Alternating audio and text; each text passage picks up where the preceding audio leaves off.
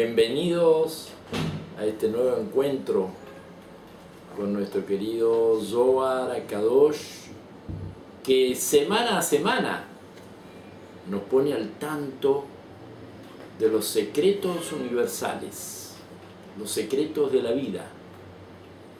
Y en cada escenario nos va trayendo mensajes de gran profundidad para nuestras vidas.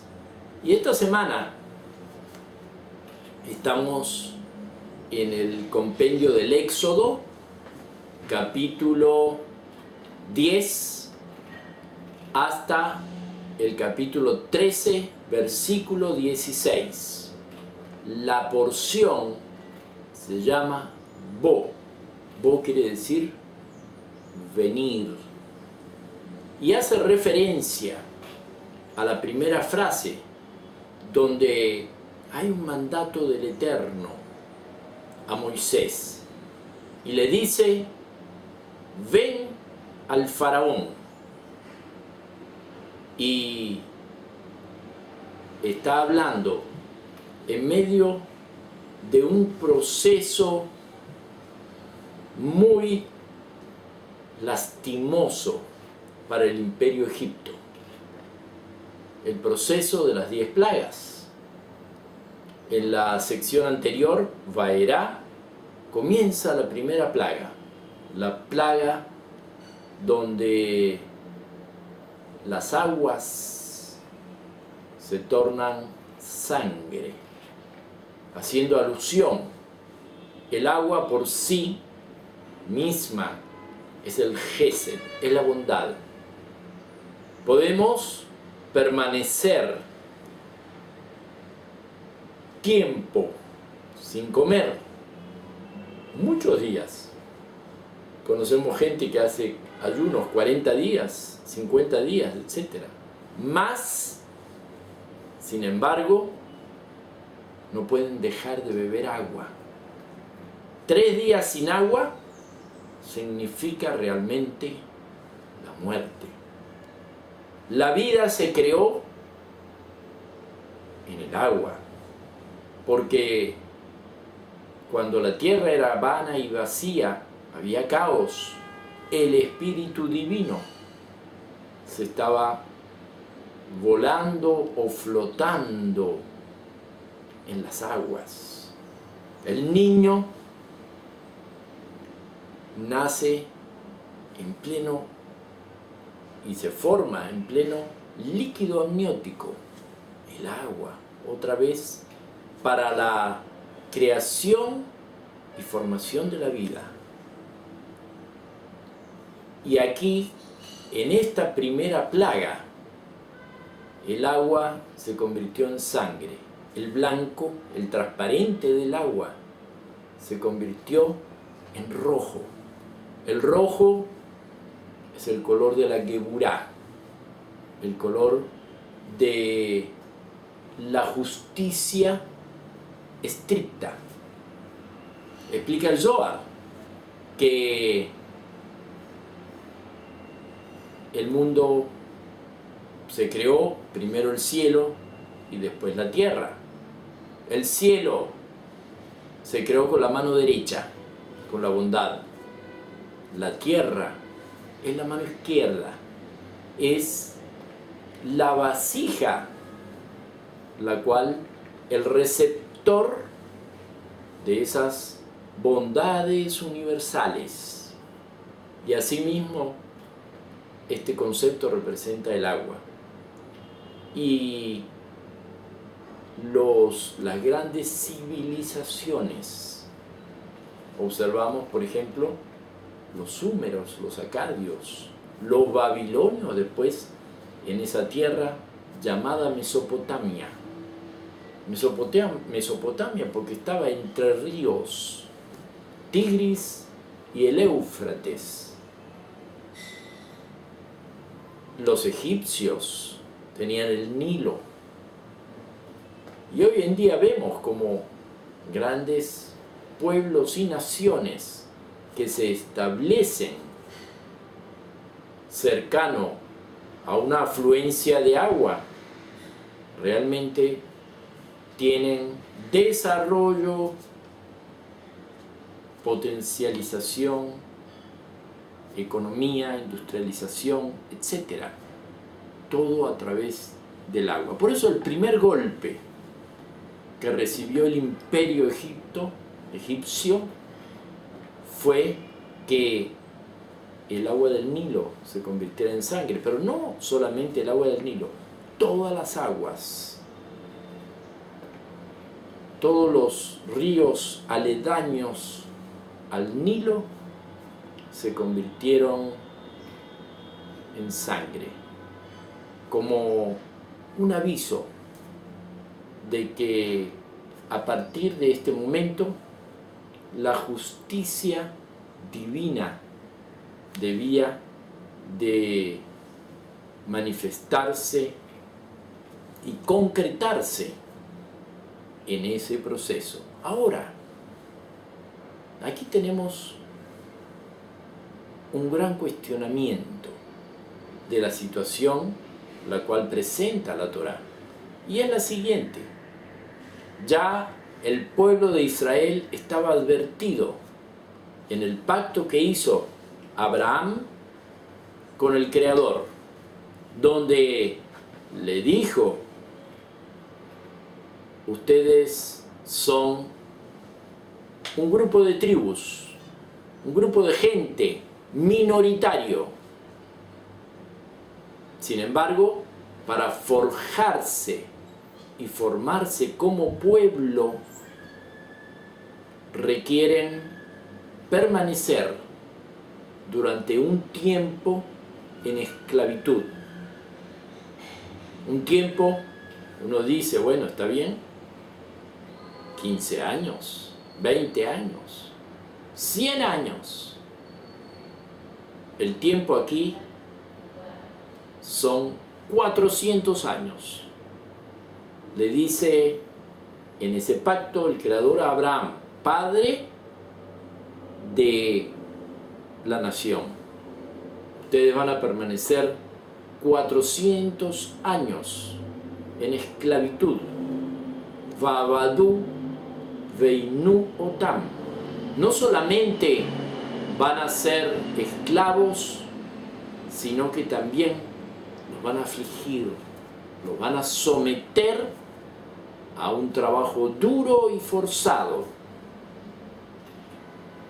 Y posteriormente emergerán con ganancia grande. Evidentemente, no hay duda de esa ganancia. No hay duda de que recibir la Torá, recibir la ley, es el máximo exponente de la vida de un pueblo, de una sociedad, de un individuo y de toda la población del universo que se iba a beneficiar de ese contenido. Pero qué grande es el precio de ser sometidos a esclavitud, de ser afligidos. 400 años. 400 años, más o menos, para que tengamos una noción histórica, es desde que Colón llegó a América, 1500 vamos a poner, a 1900, hasta hace 100 años.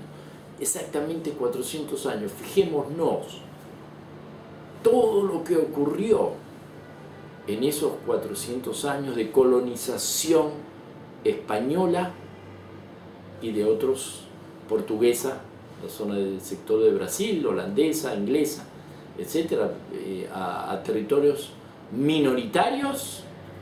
Fíjense todo lo que ocurrió históricamente en 400 años. Es mucho, 400 años. Y aquí encontramos una gran contradicción. por qué Egipto debería sufrir 10 plagas: el agua, las ranas, los piojos, la invasión de animales,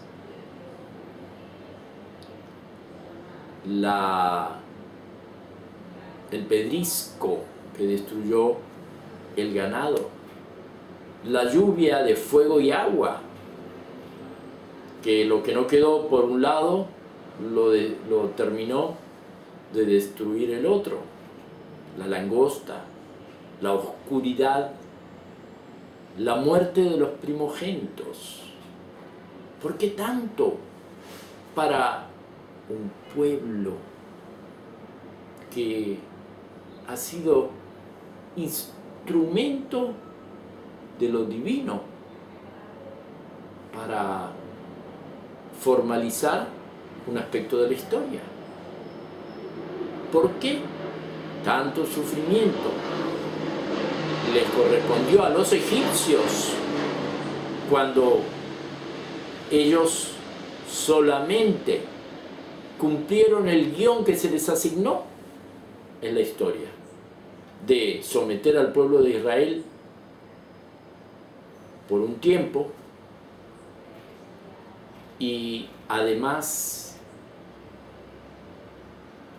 tener que recaer sobre ellos tanta devastación y destrucción? Además, veamos otro detalle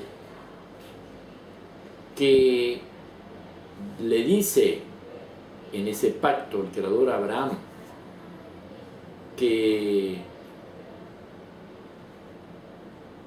¿por qué tanto tiempo? Le explica, le dice porque lo shalem avon aemori adena.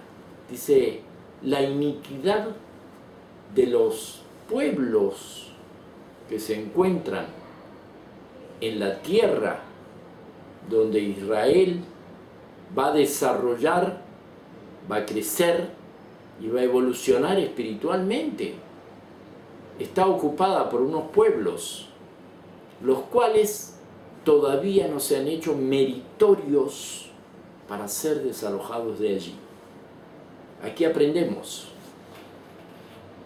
que no podemos ver los procesos personales, las circunstancias de vida de grupos, de colectividades o sociedades, no podemos verlas linealmente, sino que hay una sincronicidad, hay un engranaje, pero ese reloj tiene muchos engranajes, 10, 20, 50, y cada rueda va moviendo la otra rueda.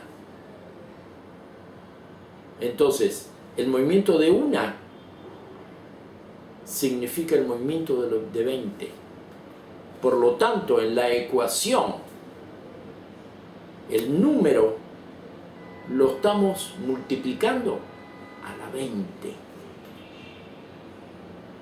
No solamente es suficiente que Israel sea meritorio a asentarse en esos territorios, sino que tiene que haber una coincidencia de que esos pueblos se hagan meritorios a ser desalojados de allí.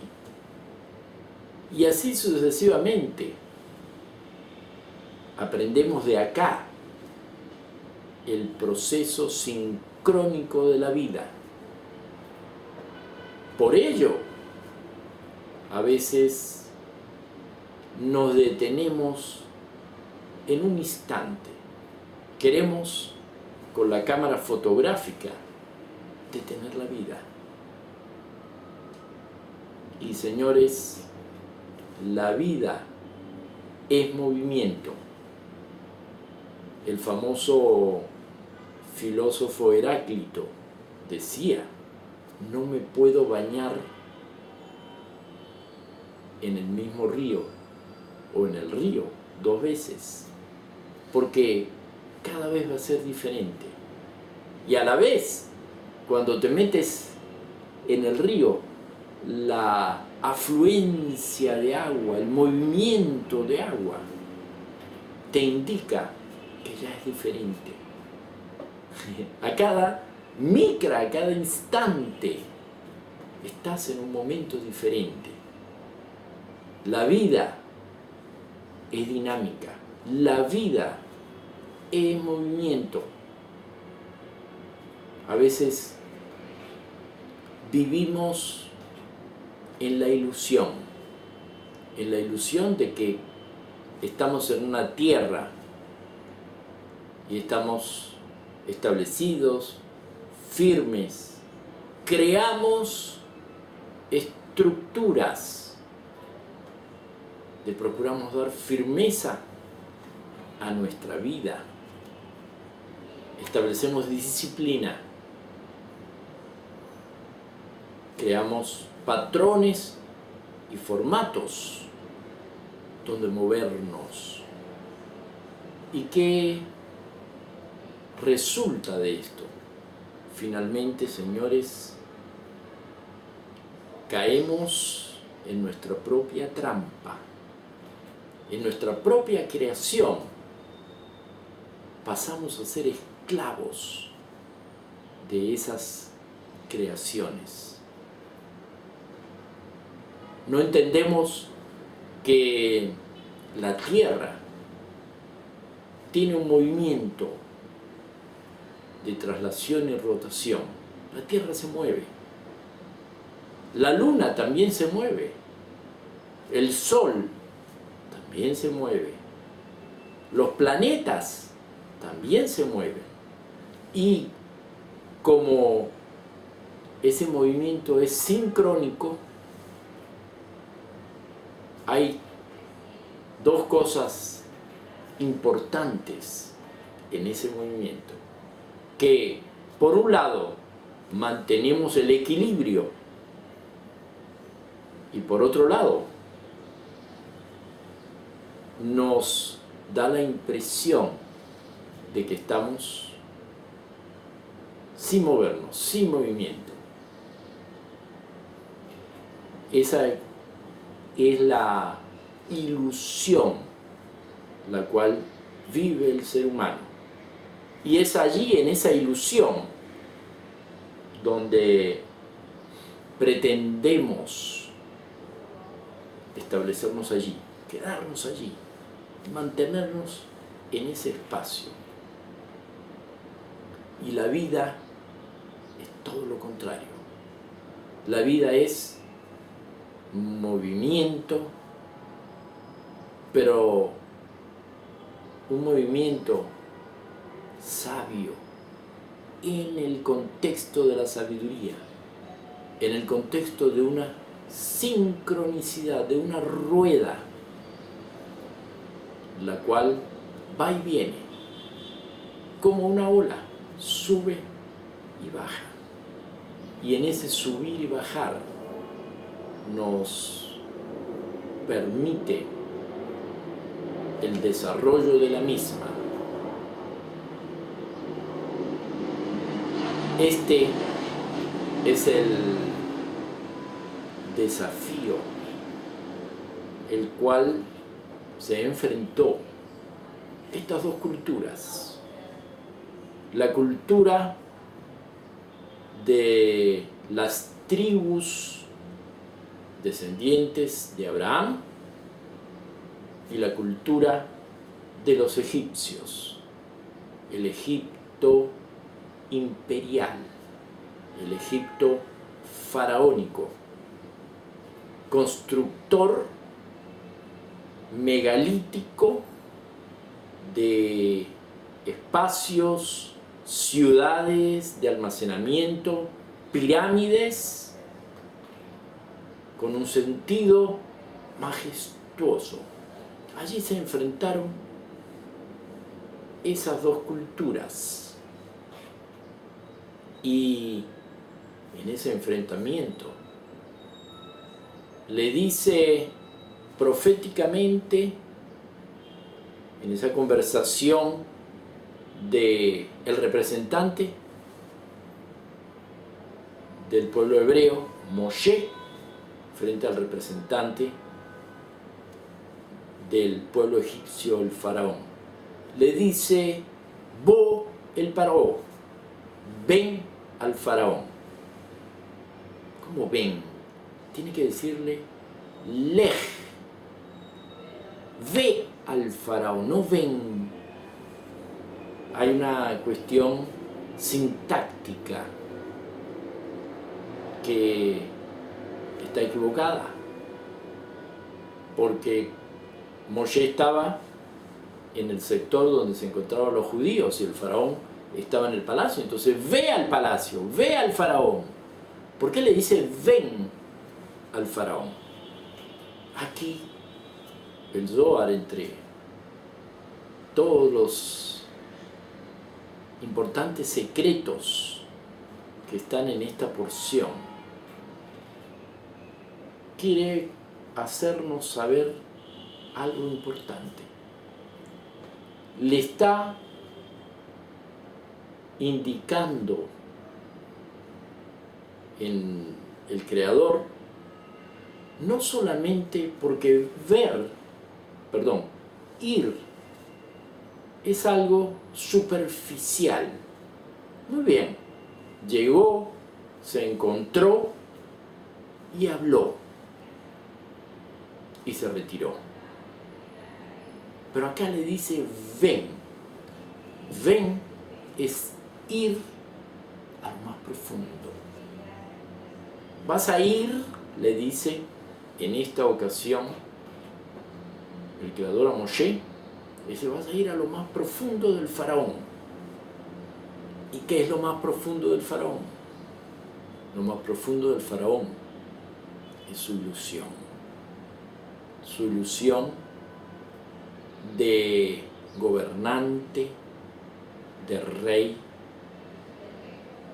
de creerse Dios de los egipcios. Comenta la exégesis. Ven quiere decir que tienes que ir temprano, madrugada, cuando nace el sol, vas a encontrar al faraón en el Nilo, solo, ahí está solo. ¿Por qué? Porque según la concepción egipcia, el faraón era una deidad, era Dios.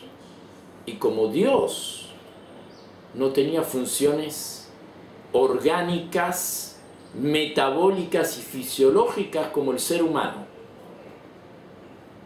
por lo tanto, no tiene que hacer sus necesidades.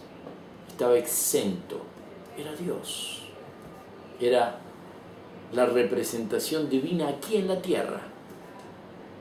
Tú vas a ir allí. Le vas a poner el dedo en la llaga. Vas a hacerlo confrontar con su ilusión. La ilusión él de creerse, de ser divino.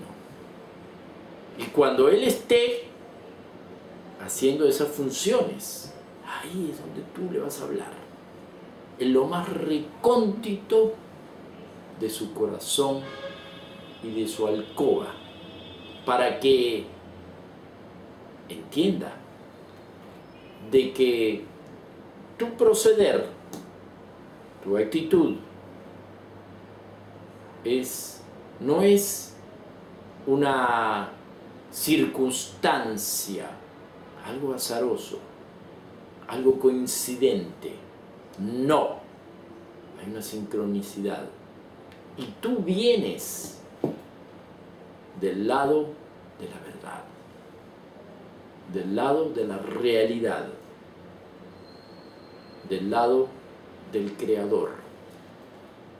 Ese encuentro se dio esa mañana, Bo el Paró, donde Moshe fue a tocar la fibra más íntima del faraón, a confrontarlo con sus propias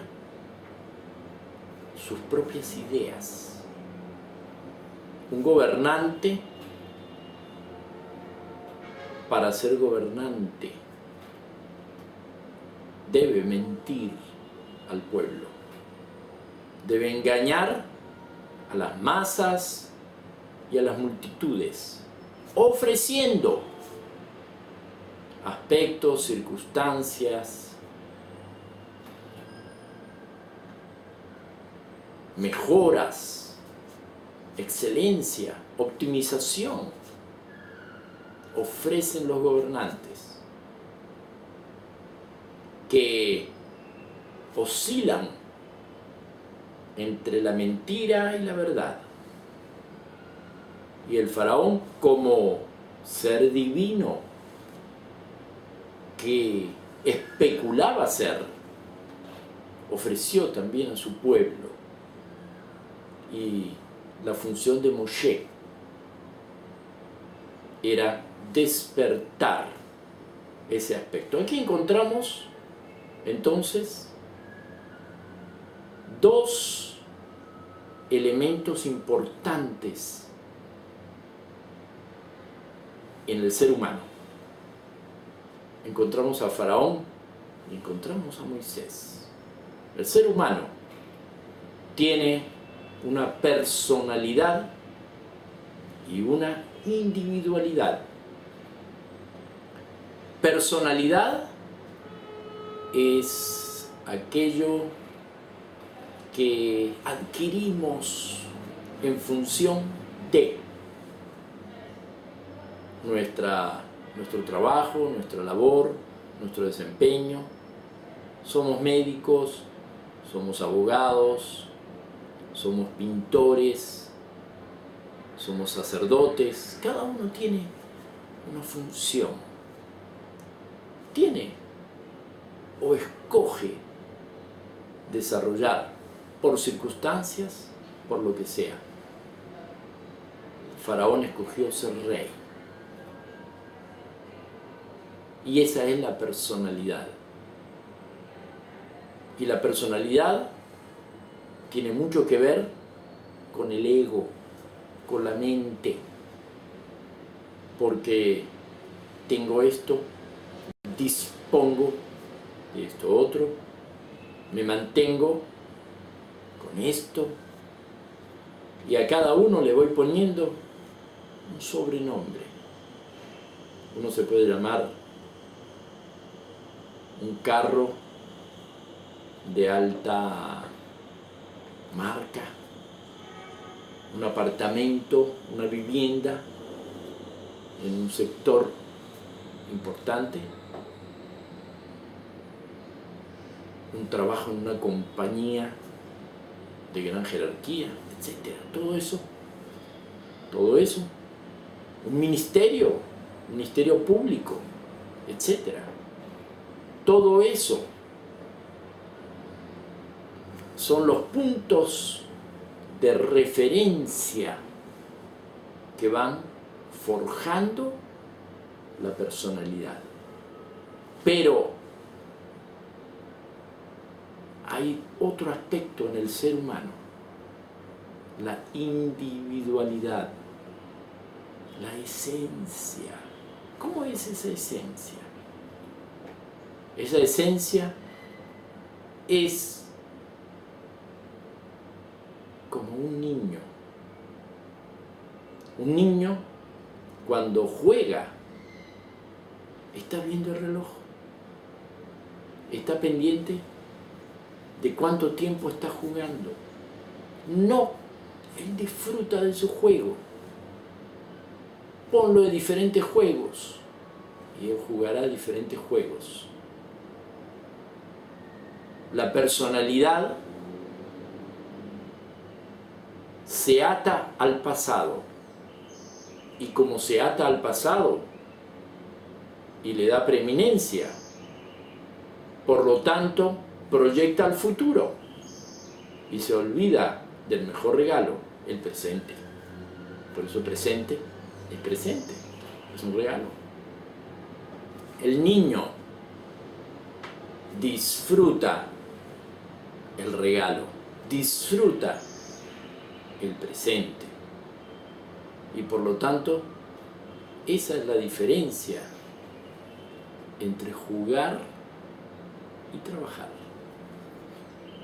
El trabajo requiere de vacaciones. ¿Por qué requerimos de vacaciones? Porque esto no nos gusta y esto nos agrada. Pero cuando alguien dice, yo trabajo en lo que a mí me gusta, y por lo tanto no hay espacio para vacaciones, porque todo es una gran vacación. Pero ¿qué pasa? Que en la medida que vamos creciendo, vamos perdiendo esa condición de niño. El niño es inocente, es ingenuo. Eso quiere decir, él se entrega simplemente a todas esas situaciones. Y aquí encontramos a estos dos personajes. Personalidad es el faraón, es la mente, es el ego, es los puntos de referencias externos, pasado y futuro. Y Moshe, que según atestigua el texto en esta porción, y Moshe era el más humilde de todos los seres que pueblan la tierra. Moshe no se distinguió ni por su gran liderazgo, ni por su grado tan alto de profecía que él alcanzó. No, se distinguió por su humildad, por su capacidad de entrega, de ser genuino, de ser como él siempre quiso ser. Y así nosotros le pusimos la etiqueta, Moshe. Ahora queremos ser como Moshe, ¿no? Cada uno tiene que ser como quiere ser. Olvídense de los modelos externos, de los personajes que en la historia quisieron ser y fueron como ellos quisieron ser. Y mira qué grandes. Ahora pretendemos imitarlos. Eso es una ilusión. Cada uno tiene un nombre y un apellido. Y cada uno le corresponde ser lo que quiere ser. Lo que a cada uno le toca, le corresponde en función de lo que tiene, de sus virtudes, de simplemente, humildemente ser. Y fíjense ese enfrentamiento, personalidad e individualidad, ilusión y esencia. Siempre me pregunto, cuando llego a la lectura de estos textos del Éxodo, siempre me pregunto, digo, ¿quién eran Moisés y Aarón? Eran dos líderes de un pueblo sumiso, esclavizado, que no tenía ni siquiera capacidad de pensamiento, porque las 24 horas del día tenían que cumplir con un objetivo de crear ladrillos y construir. No había espacio. No había espacio para otras expresiones de la vida de ese pueblo.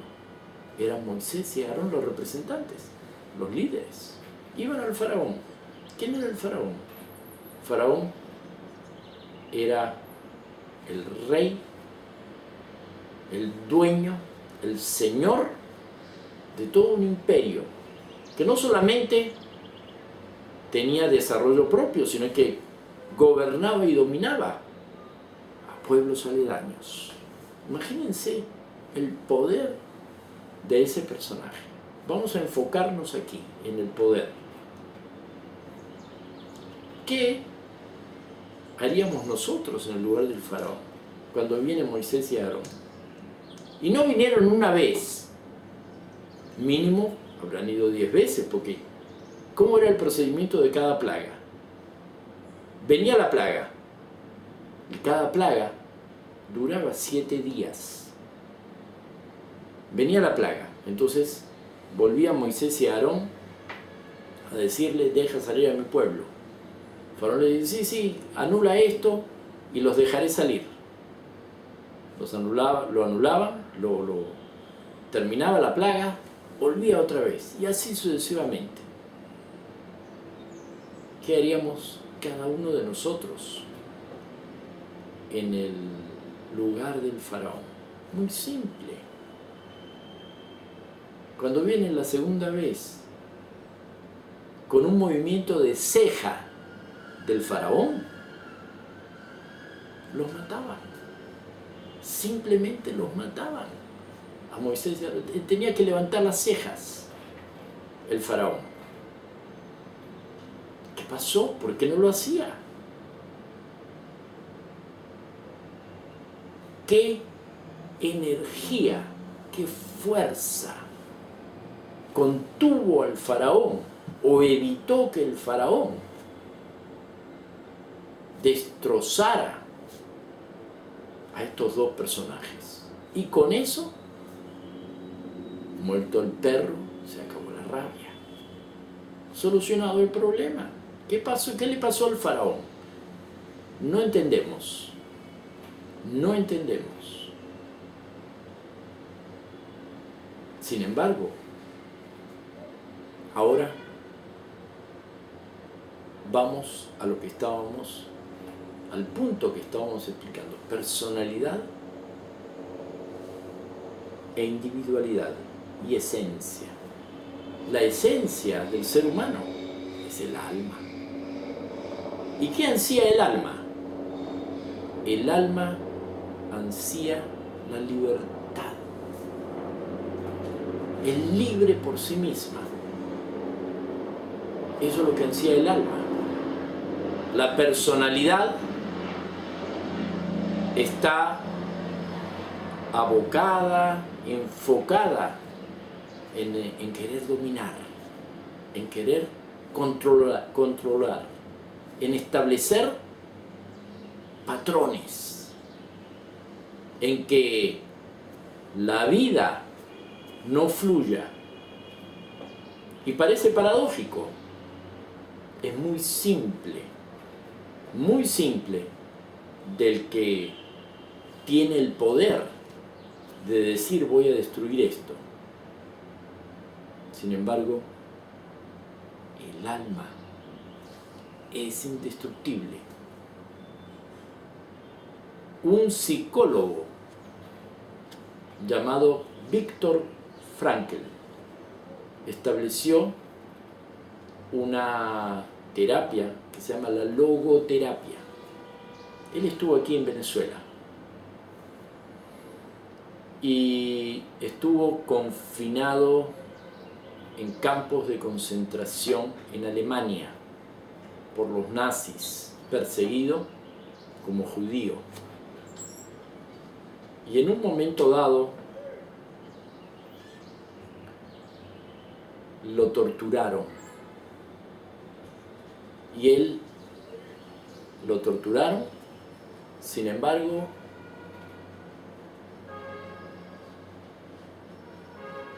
él decía, como alimento para su ser, para su esencia.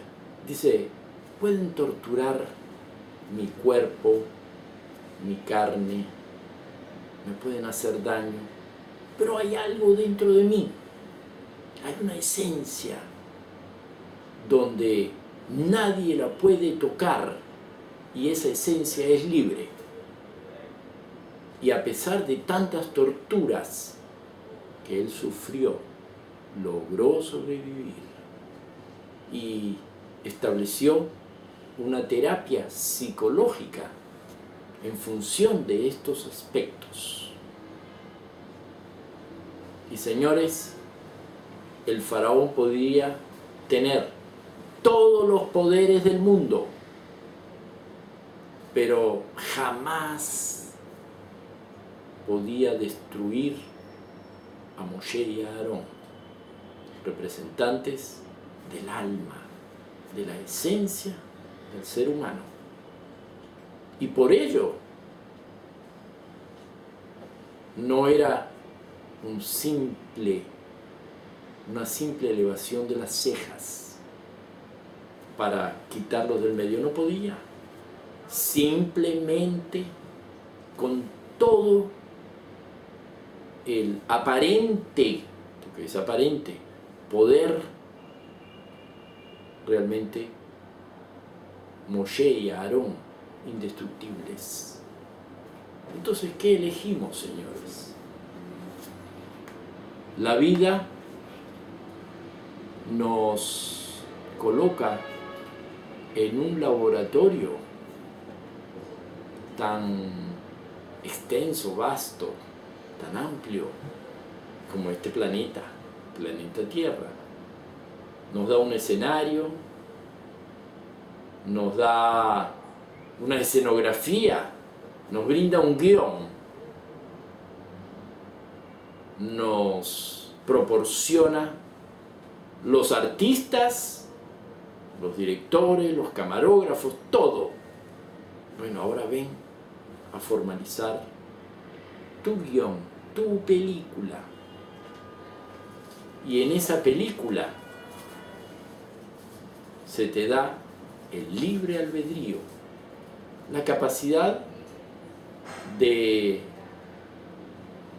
establecer, de discernir, de generar ideas. ¿Cómo ejercemos la libertad? Bueno, esto va a ser un tema de la próxima sesión. La próxima sesión es Beshalach, donde el pueblo realmente se libera del yugo de Egipto. No, ahí vamos a hablar sobre la libertad. Aquí estamos hablando de cómo vivimos en esa confrontación diaria entre el ser y el tener. ¿Quién es más fuerte? ¿Quién es más poderoso? Aparentemente, el tener.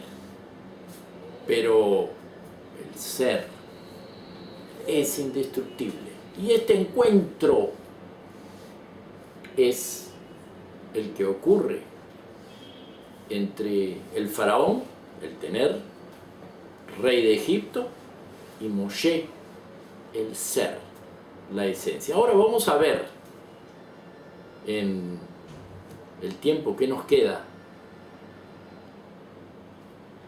en las palabras del Zohar,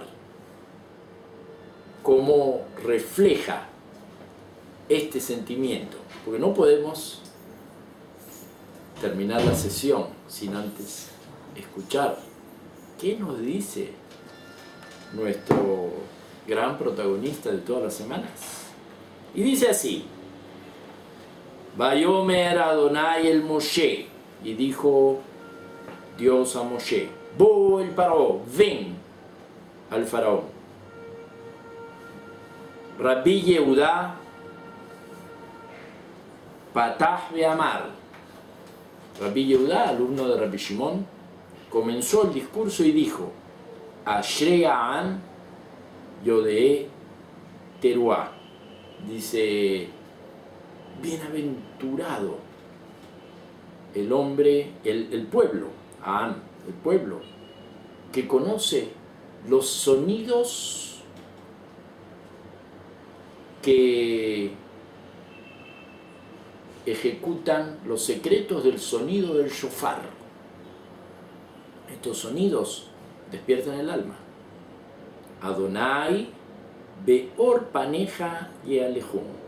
Oh Creador, dice, a la luz de tu rostro nos conducimos. Trajo Rabbi Yehudá este versículo. Ahora vamos a ver qué explicó del versículo y qué vínculo tiene este versículo con lo que estamos hablando del enfrentamiento entre el faraón y Moisés. Dice, Kama isterihu benenashá, cuánto necesita la humanidad lemeaj beorje de kudsha berihu, para guiarse, orientarse en los caminos del santo bendito él. Ulmetar pikudoi de oraitá, y cuidar los caminos de la Torá. Begin de yizkun va le alma de ate.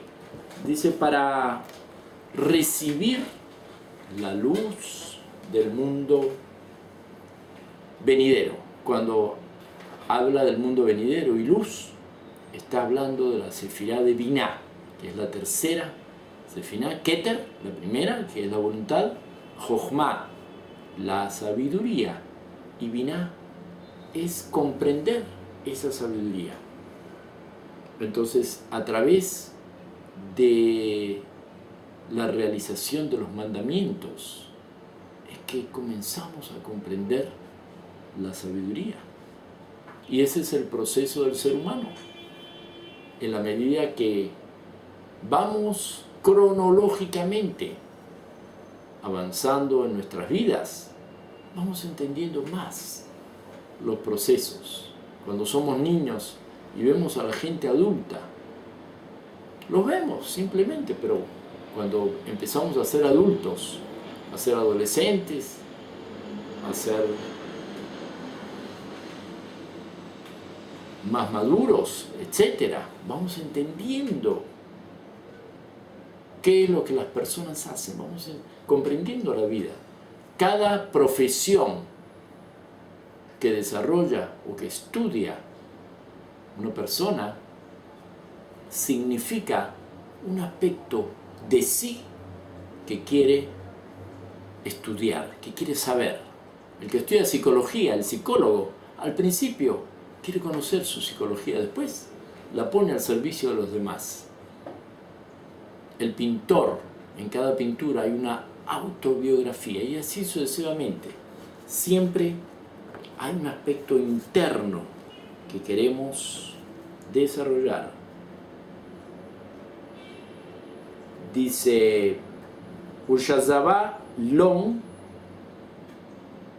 Mikol Katregin de Ella Vetata. Dice, hay por la organización de este plano binario, dual, blanco y negro, hay el fiscal y está el abogado y fiscal. Por supuesto, el abogado va a defender, pero el fiscal va a procurar acusar, aún en lo más delicado, en lo más mínimo, en lo más esencial. Ahí va a tratar él de estar pendiente de acusar. Sin embargo, dice el Zohar, que aquel que se ocupa en los secretos de la Torá, que profundiza los secretos de la Torá, tiene la capacidad de liberarse de esos fiscales.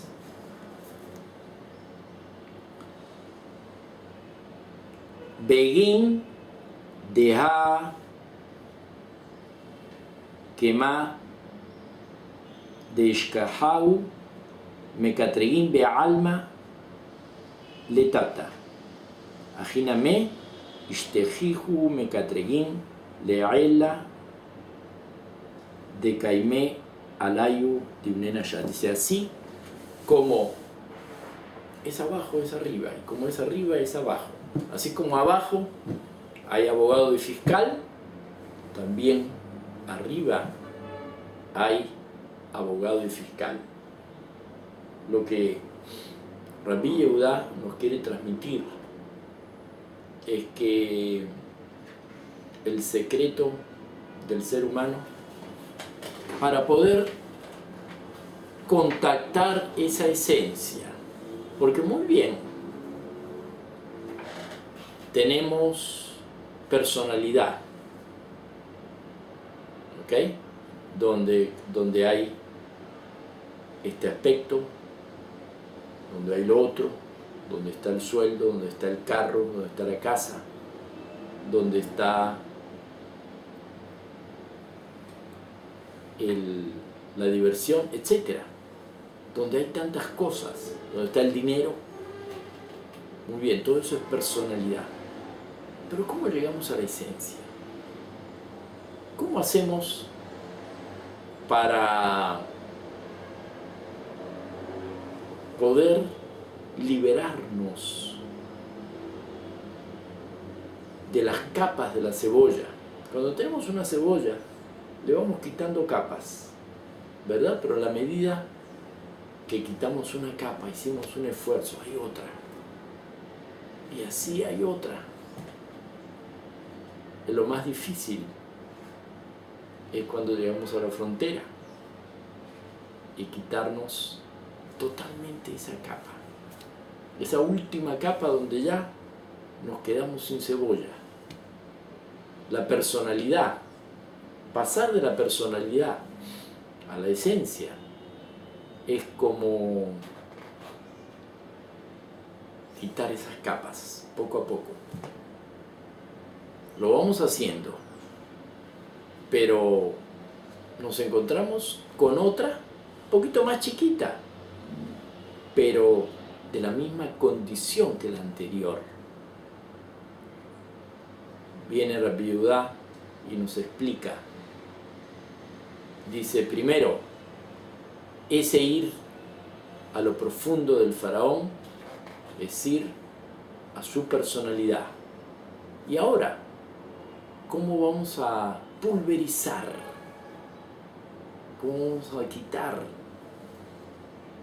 esa dependencia del tener? Porque, ¿qué te brinda el tener? El tener, ¿qué crea? A veces crea, ¿cuál es el guión de tu vida? Aburrimiento, desazón, traumas. ¿Qué es lo que crea ese tener? ¿Cuál es la llave maestra para poder abrir esas tuercas, esa fuerza, ese poder que está allí enraizado? Dice Rabbi Yehudá, Ashrei Ha'am Yodei Teruah. Dice, bienaventurado el pueblo que conoce el sonido del alma, el sonido que despierta el alma, el sonido del shofar, despierta el alma. Y estudiar la Torá también despierta el alma. Y dice los rabinos, Amar Rabbi Yehudá, Amar Rab, dijo Rabbi Yehudá, dijo Rab, leolam. Ya'asok Adam, siempre el hombre debe profundizar en contactarse con la Torá. Afilu shelo lishma. Dice, debe estudiar la Torá, aunque sea interesadamente. ¿Cómo es interesadamente? Mira, te vas a ganar $5.000 y te voy a poner a estudiar todo el día Torah. Ah, bueno, está bien. A mí me interesan los $5.000. Voy a estudiar Torah. Dice, Afilu shelo lishma, aunque estudie por un interés. ¿Por qué? Shemitoch shelo lishma ba lishma. Porque en ese proceso de contactarse con la Torá, automáticamente va a salir de ese círculo de la personalidad, del tener, del ego y de la mente, para entrar en el conocimiento de su ser y su esencia. Entonces, quiero concluir con una anécdota, una historia. Hace tiempo no les cuento historias. Les voy a contar una historia. Había un rey, como un faraón, que en su reino tenía un Moshe, personaje humilde, sabio, meditador, espiritual, que vivía en el bosque, debajo de un árbol, apenas con un techo muy expuesto a la inclemencia de la naturaleza. Pero este rey siempre se acercaba a este hombre por su sabiduría y le pedía consejos. Y cada consejo realmente llenaba, lo ponía pleno a este rey. Pero el rey era muy frío y calculador y dijo,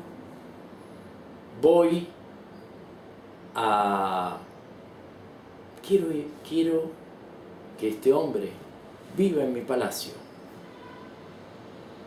pero lo voy a investigar a ver si realmente es tan sabio y tan genuino como aparenta. Y entonces envió espías, lo investigaron y en un momento dado vinieron al rey: señor,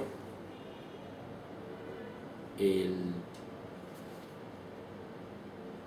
personaje es auténtico, lo hemos probado, le hemos dado lo hemos visto de todos los ángulos y realmente es auténtico.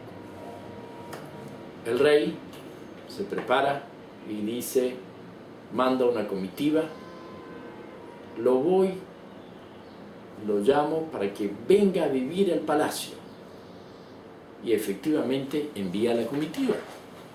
Ahora, ¿qué controversia interna tenía este rey? Porque, por una parte, quería acercar al sabio para tenerlo dentro de su casa. Pero por otro lado decía, si el sabio acepta venir al palacio, no es tan sabio, no es tan humilde. ¿Dónde está la humildad? Seguramente yo tengo la esperanza, decía el rey, que él se niegue a venir al palacio. Tengo esa esperanza. Fueron los emisarios del rey y en cuanto le dijeron, el sabio dijo, sí, voy al palacio, envíenme el carruaje real con comida, con abrigo y las mejores ropas, porque si voy a vivir en el palacio, tengo que estar a la altura, no puedo estar así. De una sola vez, no se resistió. Esto le colocó un gusanillo en el pensamiento del rey. El rey decía, bueno, vamos a hacer. Entonces, efectivamente llegó al palacio. Al día siguiente empezó a usar las instalaciones del palacio. Si hubiera una piscina, sería una piscina. Iba a los jardines. Requería la mejor comida, la mejor ropa. Todos los días pedía, tráigame el carruaje, tráigame esto. Cuando salían a la calle, vamos a decir, el rey y él, el rey realmente era el pobre, porque estaba preocupado. Este es un farsante. Decía, este me engañó, porque realmente una persona sabia tenía que mantenerse en su humildad, pero lo que quería era riqueza y usufructuar y utilizar lo mío. El rey estaba preocupado, y no solamente eso. Yo tengo las preocupaciones del reino y tengo que trabajar, mientras que él recibe todos los beneficios sin hacer nada. Y entonces la gente veía en el carruaje real, cuando pasaba el rey y el sabio, veía que les parecía, bueno, el rey es el sabio y el sabio es el pobrecito. Y así sucesivamente, día tras día, día tras día. Pasaron 6 meses. Y entonces un día el rey, cuando el sabio estaba en el jardín, le dijo, mira, te quiero hacer una pregunta. Y el sabio, como tal, le dijo, yo ya sé qué pregunta, sé lo que me quieres preguntar, sé qué me vas a decir. Y te pregunto, ¿por qué no viniste antes a decírmelo? ¿Por qué esperaste hasta ahora? ¿Tú quieres saber por qué yo soy el rey y tú eres el pobre? Le dice, sí, efectivamente, mira, dice el rey, yo trabajo, me ocupo del reino y tengo que velar por toda esta gente y tengo estas posesiones, etcétera. Y tú eres el que disfrutas. ¿Cómo es eso? El sabio le dijo, te puedo dar respuesta, pero tienes que venir conmigo. Efectivamente, los dos agarran el carruaje real y se van. Van alejándose del palacio, de la ciudad capital, van hacia la provincia, van saliendo. Bueno, respóndeme, ¿no? Le dice el sabio, quiero encontrar el lugar idóneo y el lugar adecuado para darte respuesta. Y seguían. En un momento dado dice el rey, hasta aquí, ya no puedo seguir más, porque aquí está la frontera del reino, ya no puedo salir. Entonces el sabio le dice, efectivamente, hasta aquí quería llegar para darte la respuesta. Dice, bueno, ¿y cuál es esa respuesta? Le dice, ¿sabes qué? Le dice el sabio. Comenzó a quitarse las ropas.